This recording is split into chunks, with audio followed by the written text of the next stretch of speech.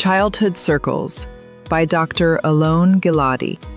Meaning and Reality. At the age of 13, my father summoned my mother, sister, and me to a meeting.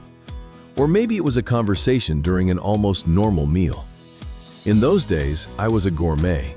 If there wasn't schnitzel and mashed potatoes, or at most rice on the plate, I simply wouldn't eat. No salad, no spreads, no other meat. Nothing but schnitzel and, of course, the borekas that my grandfather brought from Jaffa. It was a seemingly normal meal, but my world after that wasn't the same. That perfect idol of a perfect family, which of course never was, received its first realistic blow. "I want to tell you, children," my father said, in one way or another, "that Grandpa Leon is not my biological father.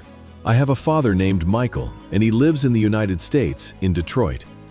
I was 13 at the time, and Grandpa Leon was my teacher and friend, my beloved grandfather.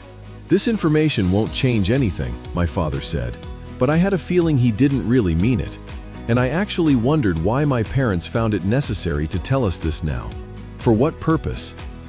I never said anything about this conversation to my grandfather, to Grandpa Leon. In one of my conversations with my grandmother, I realized that my parents had told them that we knew.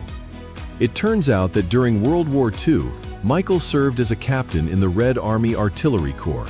According to the story they told us, my grandmother was a nurse for my little father, and she hadn't heard from Michael for a long time.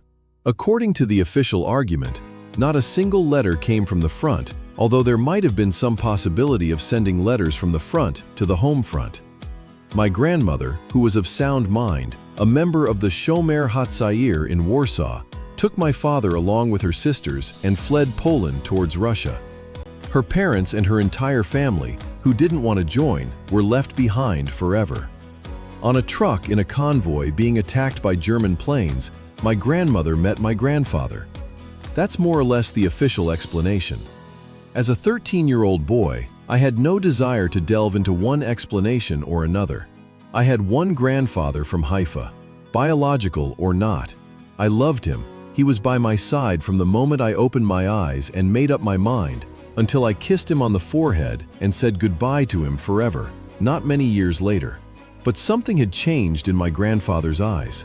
I saw some pain there, some anger at my parents. I felt that something had changed, but we never talked about it. Before enlisting in the IDF, I went with my parents on our last trip together. We went to the United States and also arrived in Detroit. We also went to meet Michael in Detroit. Michael took me to a shopping center in Greater Detroit, a foreign city. Of course, the people around me didn't speak Hebrew, but the feeling of alienation that settled in me was more acute than usual.